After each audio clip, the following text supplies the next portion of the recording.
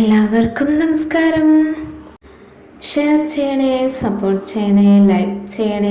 നിങ്ങളുടെ എല്ലാ കമൻസും അഭിപ്രായങ്ങളും അറിയിക്കണേ. പുതിയ പുതിയ കഥയുമായി ഞാൻ എത്തുന്നതാണ്. അങ്ങനെ ചിന്നിൻ്റെ മാലാകപ്പെണ്ണിൻ്റെ കഥ തുടരുന്നു. അങ്ങനെ നമ്മുടെ ബോസ് നമ്മുടെ മാലാകയെ കാണുന്ന ദിവസമാണ്. അങ്ങനെ ബോസിനെ കാണുന്ന ദിവസമാണ്. അങ്ങനെ അവൾ വന്ന പാടെന്നെ പറഞ്ഞു, ബോസിനെ കണ്ടിട്ട് ജോയിൻ ചെയ്താൽ മതി എന്നാണ് പറഞ്ഞത്. ഓക്കെ സാർ, ഞാൻ പോയിക്കോളാം.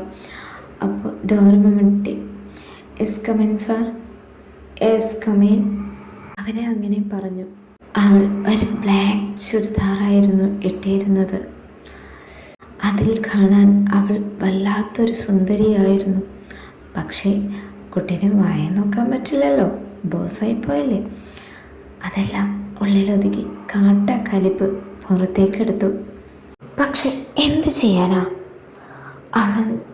അവൻ അവളോട് പറഞ്ഞു, 3 ദിവസം ഓഫീസ് കാര്യങ്ങളെല്ലാം നോക്കി പഠിക്കൂ.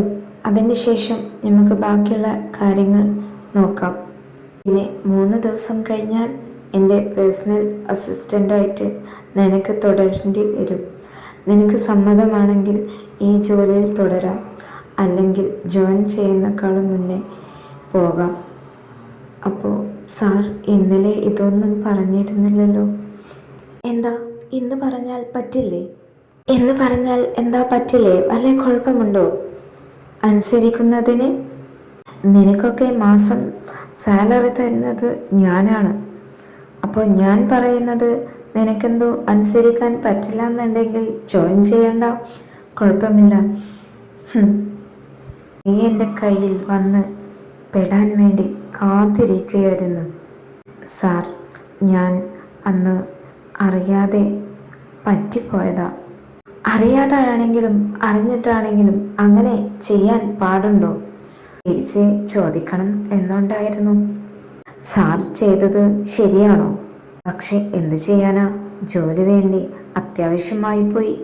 അല്ലെങ്കിൽ മുഖത്ത് നോക്കി ചോദിക്കുമായിരുന്നു, എടോ താൻ ചെയ്തത് ശരിയായിരുന്നു എന്ന്. അങ്ങനെ ചോദിച്ചിട്ട് തിരിഞ്ഞ് പോവായിരുന്നു.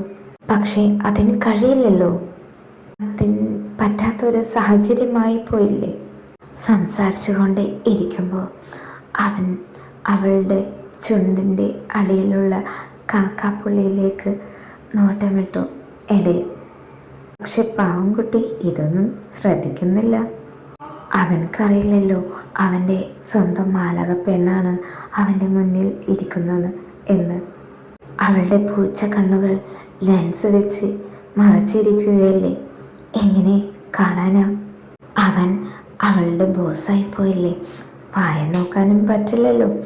ചെക്കന് കട്ടക്കലിപ്പിലാണെങ്കിലും അവൻ്റെ നോട്ടവും സംസാരം ഒക്കെ ഒരുമാതിരിയാണ്. അവൾക്കിങ്ങനെ ഫീൽ ചെയ്തു. പക്ഷേ അവൻ്റെ ഉള്ളിൽ എന്തോ ഒരു ഫീലുണ്ട്, അവളുടെ ഉള്ളിലും ഇല്ലാകില്ല. 2 പേർക്കും പരസ്പരം ഉണ്ട്. പക്ഷെ എന്താണെന്ന് 2 പേർക്കും തിരിച്ചറിയാൻ കഴിയുന്നില്ല. അവനക്കാണെങ്കിൽ അവളുടെ ഡ്രസ്സ് ഒരുപാട് അങ്ങ് ഇഷ്ടപ്പെട്ടു. നല്ല ഡ്രസ്സിങ്. ഓക്കെ, ഇന്ന് ഇത്രയും മതി. ഓഫീസ് കാര്യങ്ങളും എല്ലാം നല്ല വേണം, ശ്രദ്ധിച്ച് ചെയ്യണം. പിന്നെ ബ്രേക്ക് ടൈമിൽ എന്നെ വന്ന് കാണണം. വേറെ ഒന്നുമല്ല കേട്ടോ, റെസ്റ്റ് കൊടുക്കണ്ട എന്ന് വിചാരിച്ചിട്ടാണ്. ബാക്കി പണി അവിടെ നിന്നും കൊടുക്കാലോ. അങ്ങനെ അവളെ ഒന്ന് പാഠം പഠിപ്പിച്ച് ഇരിക്കണം. പെണ്ണ് നല്ല ക്ഷമയുള്ള കൂട്ടത്തിലൊന്നുമല്ല, നല്ല കാന്താരിയാണ്. പക്ഷെ ഇവൻ്റെ മുന്നിൽ പൂച്ചക്കുട്ടിയാണ്, വേറെ രക്ഷയൊന്നുമില്ല. അതുകൊണ്ടാണ് കേട്ടോ. അങ്ങനെ ഓക്കെ സാർ, അങ്ങനെ ചെയ്തു കൊള്ളാം സാർ എന്നൊക്കെ പറഞ്ഞ് പെണ്ണ് പോയി. പിന്നെ ഫുള്ളും ക്യാമറ നിരീക്ഷണത്തിലായി നമ്മുടെ കലിപ്പൻ. അങ്ങനെ ഫ്രണ്ട്സുകൾ ഒന്നും സംസാരിക്കാൻ ഒന്നും പറ്റില്ല. ലഞ്ച് ടൈമിൽ മാത്രമേ സംസാരിക്കാൻ പറ്റുള്ളൂ. അവിടുത്തെ സിസ്റ്റം അങ്ങനെയാണ്. അങ്ങനെ ബ്രേക്ക് ടൈമായി. ഫുഡെല്ലാം കഴിക്കാൻ ടൈമായപ്പോൾ ടേബിളിൽ വന്നിരുന്നു. അങ്ങനെ ഇവളുടെ ടേബിൾ 4 ഫ്രണ്ട്സ് വന്നിരുന്നു.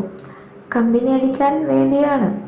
ഫസ്റ്റ് ടൈം കണ്ടപ്പോൾ തന്നെ രാഹുൽ പറഞ്ഞു റാഷിനോട്, എടാ ഇവൾ കൊള്ളാലോ, ഒരു കൊച്ചു മാലക, സുന്ദരി തന്നെ. റാഷി പറഞ്ഞു, എടാ വിട്ടേക്കടാ, പാവം കുട്ടിയായിരിക്കാം, അതിനെ കാണുമ്പോൾ ഒരു പാവം പോലെ തോന്നുന്നുണ്ടടാ. എടാ കൊച്ചു കള്ള, എന്നിട്ട് നിനക്ക് അടിച്ചു മാറ്റാനല്ലേ, ഒന്ന് പോടാ ചുമ്മാ എന്നൊക്കെ പറഞ്ഞു. എന്നിട്ട് ടേബിൾ മേൽ വന്നിരുന്നു. ജാസ്മിൻ, ഹായ്, എൻ്റെ പേര് ജാസ്മിൻ, ഇതെല്ലാം പറഞ്ഞു.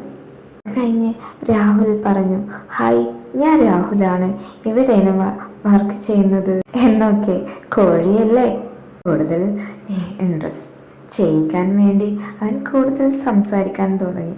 അപ്പോൾ റാഷി ഇടയിൽ കയറി പറഞ്ഞു, എടാ ഞങ്ങൾക്കും കൂടി ഒരു ഇത് താടാ, സംസാരിക്കാനുള്ളൊരു അവസരം താടാ, എന്താടാ എന്നൊക്കെ പറഞ്ഞു. ഞാൻ റാഷിയാണ്, പിന്നെ പെണ്ണിനൊന്ന് ഇൻട്രസ്റ്റ് ചെയ്യിപ്പിക്കണമല്ലോ, ഇപ്പോൾ തന്നെ ഒന്നും വേണ്ട എന്ന് അവനും കരുതി. അപ്പോൾ തൊട്ടടുത്തിരുന്നിരുന്ന ആൾ, ഹായ്, ഞാൻ ശ്രീലക്ഷ്മി, ഞാൻ വർക്ക് ചെയ്യാൻ തുടങ്ങിയിട്ട് 2 വർഷമായുള്ളൂ എന്ന് പറഞ്ഞു. ഓക്കെ, അപ്പോൾ അവളുടെ പേര് പരിചയപ്പെടുത്തി, അവൾ വീട് പറഞ്ഞു. ബൈ ദ ബൈ, കുട്ടിയെ കല്യാണം കഴിഞ്ഞതാണോ രാഹുൽ?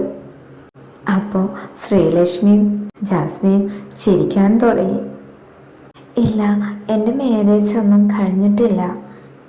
കുട്ടി ഇങ്ങനെ നടന്നാൽ മതിയോ, കല്യാണമൊക്കെ കഴിക്കണ്ടേ? റാഷിക്ക് ചെറിയ ദേഷ്യം വന്നു. ഒന്നും മിണ്ടാതിരിക്കടാ. അങ്ങനെ നമ്മുടെ കലിപ്പൻ സാർ എന്ത് പറയണം, ക്യാമറയിലൂടെ ഇങ്ങനെ നോക്കിയിരിക്കുകയായിരുന്നു കേട്ടോ. അപ്പോഴാണ് കത്തി വെച്ചിരിക്കുന്നത് കണ്ടത്. അങ്ങനെ അപ്പോൾ തന്നെ അവിടെ നിന്ന് എഴുന്നേറ്റ് കലിപ്പോടെ തുള്ളി വെള്ളം കുടിക്കാൻ പോകുന്ന രീതിയിൽ അയാൾ പോയി. അങ്ങനെ അവർ കണ്ടുകഴിഞ്ഞാലെങ്കിലും, ബോസിനെ കണ്ടു കഴിഞ്ഞാലെങ്കിലും സംസാരം നിർത്തുമല്ലോ എന്ന് കരുതി. പക്ഷേ ഇവൾ ഒന്നും കണ്ടിരുന്നില്ല, മറ്റവർ 2 പേരും കണ്ടിരുന്നു. ഓ, ബ്രേക്ക് ടൈമല്ലേ, അപ്പം സംസാരിക്കാമല്ലോ, പിന്നെ എന്തിനും സാറിനും ബോസിനെ പേടിക്കണം എന്നൊക്കെ കരുതി രാഹുലും മറ്റു ഫ്രണ്ട്സും. മാലാഖ പെണ്ണിൻ്റെ പേര് വിളിച്ചിട്ട് മാലാഖയോട് പറഞ്ഞു, എത്രയും പെട്ടെന്ന് ഭക്ഷണം കഴിച്ചിട്ട് എൻ്റെ ക്യാബിലോട്ട് വാ. ഇനി എന്താണാവോ ഈ കുരിശ്. ഓക്കെ സാർ എന്ന് പറഞ്ഞു. മറ്റു ഫ്രണ്ട്സും എല്ലാവരും പറഞ്ഞു, ഓ എന്തായാലും നിനക്ക് ഒരു പണി, ഉഗ്രം പണി വരുന്നുണ്ട് മോളെ, നീ ഒന്ന് സൂക്ഷിച്ചു എന്ന് പറഞ്ഞു. ഓ ഇതൊക്കെ എന്ത് എന്നുള്ള ഭാവത്തിൽ അവൾ അവിടെ ഇരുന്നു. പക്ഷെ എന്ത് ചെയ്യാനാ, ഒന്നും പറയണ്ട എൻ്റെ സാറേ, പെണ്ണ് വേറെ ലെവലാ, അവനേക്കാളും 100 ഇരട്ടിയാണ് കലിപ്പ്.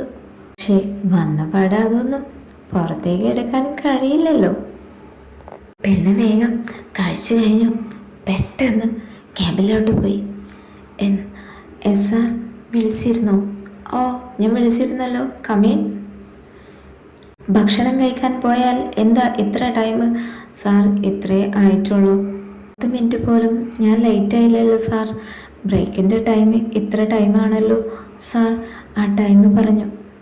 ഓക്കെ ടേബിൾ മേൽ കിടന്നിരുന്ന ഫയലെല്ലാം റെഡിയാക്കി വെക്കൂ. അപ്പോൾ അവൾ ചോദിച്ചു, സാർ ഇതൊന്നും എൻ്റെ ജോലിയല്ലല്ലോ. ഞാൻ പറഞ്ഞിരുന്നു എൻ്റെ പേഴ്സണൽ അസിസ്റ്റൻ്റായിട്ട് ജോയിൻ ചെയ്യണമെന്ന്. അവൾ ഓരോന്നും പറഞ്ഞു വെറുത്തു. എന്തിന് പറയണം, കിളി പോയ അവസ്ഥ, ദേഷ്യം സങ്കടം എല്ലാം കൂടി ഒരുമിച്ച് വരുന്ന ഉണ്ടായിരുന്നു. സാർ എന്ന് വിളിച്ചു അവൾ. എന്താ? ഞാൻ മുന്നേ ചെയ്തതിൻ്റെ പ്രതികാരം എന്നോട് തീർക്കരുത് സാർ, ഞാൻ അറിയാതെ പറ്റിപ്പോയതാ, സോറി. അറിഞ്ഞാലും അറിയാതെയാണെങ്കിലും പറ്റിയോ? ഇനി നീ ആരോടും അങ്ങനെ ചെയ്യരുത്. കഥ തുടരും.